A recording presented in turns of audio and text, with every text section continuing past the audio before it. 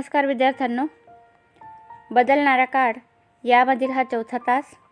आता या ठिकाणी आपल्याला एक पॅराग्राफ दिलेला आहे, त्याचे अवलोकन करा. या चित्रामध्ये आपल्याला काही लोक घरं बांधताना दिसत आहेत आणि प्रत्येक व्यक्ती वेगवेगळी कामे करत आहेत. त्या कामावरून आपल्याला त्यांचे अवलोकन करून ते कोण आहेत ते या चित्राच्या खाली दिलेल्या कोष्टकामध्ये भरायचे आहे. तर सर्वप्रथम तुम्ही चित्राचे अवलोकन करा. पहा, वेगवेगळ्या लोकांद्वारे येथे कोणत्या प्रकारचे काम होत आहे. चित्रामध्ये ते कोणत्या साधनांचा उपयोग करताना दाखविले आहेत त्यांचे नाव दिलेल्या कोष्टकात लिहा. तर पहा, आपण चित्राचे अवलोकन केलं त्याप्रमाणे ते कोणते काम करताना आपल्याला दिसत आहेत, त्यांच्या हातात कोणती साधनं आहेत आणि ते काम करणाऱ्या व्यक्तीला काय म्हटलं जातं ते आपल्याला या कोष्टकामध्ये भरायचं आहे. तर चित्राचे अवलोकन केलंच असेल. विद्यार्थ्यांनो, पुन्हा तुम्हाला इथे चित्र दिलेलं आहे, त्याचे अवलोकन करता करता कोष्टक भरायचे आहे. काही लोक आपल्याला सिमेंट आणि रेती पाणी कालवताना दिसत आहे आणि डोक्यावर तगारीमध्ये हा माल घेऊन घर बांधण्याचे काम करत आहेत. तर अशा लोकांना गवंडी म्हटलं जातं. त्यांच्या साधनांमध्ये तगारी, पावडा आणि थापी असतं. त्यानंतर दुसऱ्या बाजूला पहा, एक व्यक्ती नळाची फिटिंग करत आहे आणि मोठा पाईप त्याच्या हातामध्ये आहे.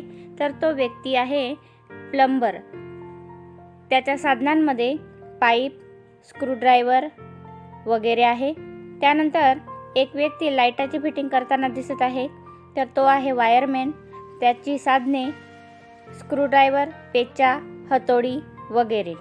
तर अशा रीतीने आपण कोष्टक पूर्ण करायचं आहे. चला पुढे पाहूया. तुम्ही अशा प्रकारचे काम करणाऱ्या माणसांना जाणतात का? त्यांची मुलाखत घेऊन माहिती मिळवा आणि तुमच्या मित्रांसोबत त्याची चर्चा करा. विद्यार्थ्यांनो, समाजामध्ये विविध काम करणारे व्यावसायिक आपण पाहिलेच आहेत.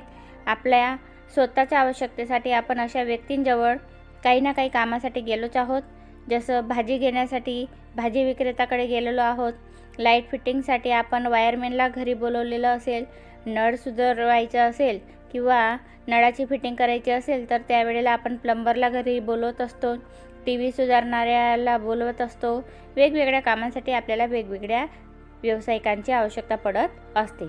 पुढे पहा, जेथे बांधकाम चालत असेल तशा स्थळाची शिक्षक किंवा पालकांच्या मदतीने मुलाखत घेऊन खालील प्रश्नांची उत्तरे लिहा. माझ्या घराचे बांधकाम चालू असताना या सर्व प्रश्नांची उत्तरं मी मिळविलेली आहेत. तर पहिला प्रश्न, कशाचे बांधकाम होत आहे? तर घराचे बांधकाम होत आहे. दुसरा प्रश्न आहे, किती माणसे काम करीत आहेत? तर साधारण ते 8 ते 10 लोक त्यावेळेला काम करीत होते. पुढे ते कोणत्या प्रकारचे काम करीत आहेत? तर काही लोक सिमेंट कालवण्याचे काम करीत आहे, काही विटा आणि रेती वाहण्याचे काम करत आहे, काही मशीन चालवण्याचे काम करीत आहेत.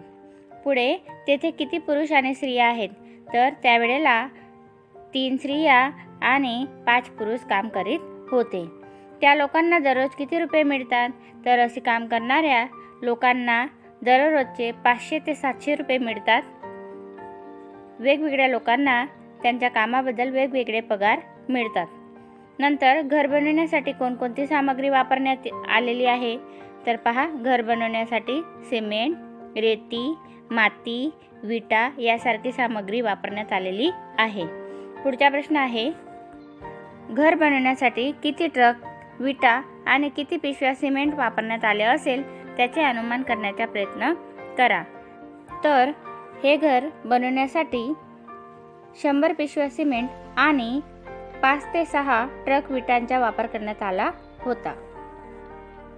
पुढचा प्रश्न, बांधकामाच्या ठिकाणी सामग्री कशा रीतीने आणण्यात येते? ट्रकद्वारे, लोडगाडीने का इतर वाहनांद्वारे? त्याची यादी बनवा. तर बांधकामाच्या ठिकाणी टेम्पो, ट्रक किंवा उंटगाडीने सुद्धा सामान आणला जातो. पुढचा प्रश्न आहे, किंमत शोधून काढा. विद्यार्थ्यांना, घर बांधण्यासाठी आपल्याला ज्या ज्या सामग्री लागत असतात त्या सामग्रीची किंमत काय असेल त्याचे उदाहरण तो प्रश्न आपल्याला इथे दिलेला आहे. तर चला आपण उत्तरं मिळवूया. सिमेंटची 1 पिशवी. सिमेंटची एका पिशवीची किंमत साधारणतः 250 ते 250 पर्यंत असते. पुढे एक वीट. एक वीटची किंमत 4 ते 5 रुपये असते आणि रेतीचा एक ट्रक किंवा ट्रॅक्टर त्याची किंमत 5,000 पर्यंत असू शकते. पुढे थोडे इतर प्रश्न विचारा आणि त्यांची उत्तरे लिहा. तर इतर प्रश्नांमध्ये आपण त्यांना विचारू शकतो की ते दिवसाला किती तास काम करतात, सकाळी किती वाजता येतात आणि किती वाजता जातात, त्यानंतर ते काम झाल्यानंतर कोठे राहतात, त्यांच्या स्वतःच्या घरी जातात की बांधकामाच्या ठिकाणी तंबू टाकून राहतात. अशा प्रकारचे प्रश्न विचारून उत्तरे मिळवण्याचा प्रयत्न करा. पुढे पाहूया. 80 वर्षापर्यंत नीलाबाईच्या घरात वेगवेगळ्या काळात वेगवेगळ्या प्रकारची सामग्री उपयोगी घेण्यात आली. त्यांची खऱ्या क्रमात यादी बनवा. तर विद्यार्थ्यांनो, नीलाबाई हे पाकिस्तानातून भारतामध्ये आले त्यावेळेला त्यांनी जे घर बांधले, त्यानंतर त्यांच्या नातूने आता जे घर बांधले, त्या काळापर्यंत घरांमध्ये विविध सामग्रीचा उपयोग करण्यात आला आणि घरांमध्ये सुद्धा विविध प्रकारचे बदल झालेले आहेत. तर आपल्याला या घरांमध्ये कोणकोणत्या वस्तूंचा कोणकोणत्या सामग्रीचा वापर केला ते क्रमाने सांगायचं आहे. तर पहा, नीलाबाई जेव्हा आले तेव्हा त्यांचे कुटुंब झोपडी बनवून राहिलं होतं. त्यामुळे झोपडीसाठी सुका पालापाचोळा, माती, शेण वगैरेचा उपयोग झाला असेल. त्यानंतर थोडा बदल झाला. त्यांनी नवीन घर तयार केले. नवीन घरासाठी त्यांनी माती, शेण, छतासाठी कडुलिंबाच्या फांद्या, मातीची कौले वगैरेचा उपयोग केला. त्यानंतर काही कालांतराने पुन्हा त्यांच्या घरामध्ये बदल आला. त्यांच्या मुलांनी नवीन घर तयार केले. त्यासाठी त्यांनी सिमेंट, लोखंड, कपची, रेती वगैरेचा वापर केला. आता आधुनिक काळामध्ये त्यांच्या नातवंडांनी पुन्हा नवीन प्रकारचे घर तयार केलेले आहे. त्या घरामध्ये सिमेंट, रेती, विटा, लोखंडाचे सळया, त्यानंतर मार्बल, टाईल्स वगैरेचा वापर केलेला आहे.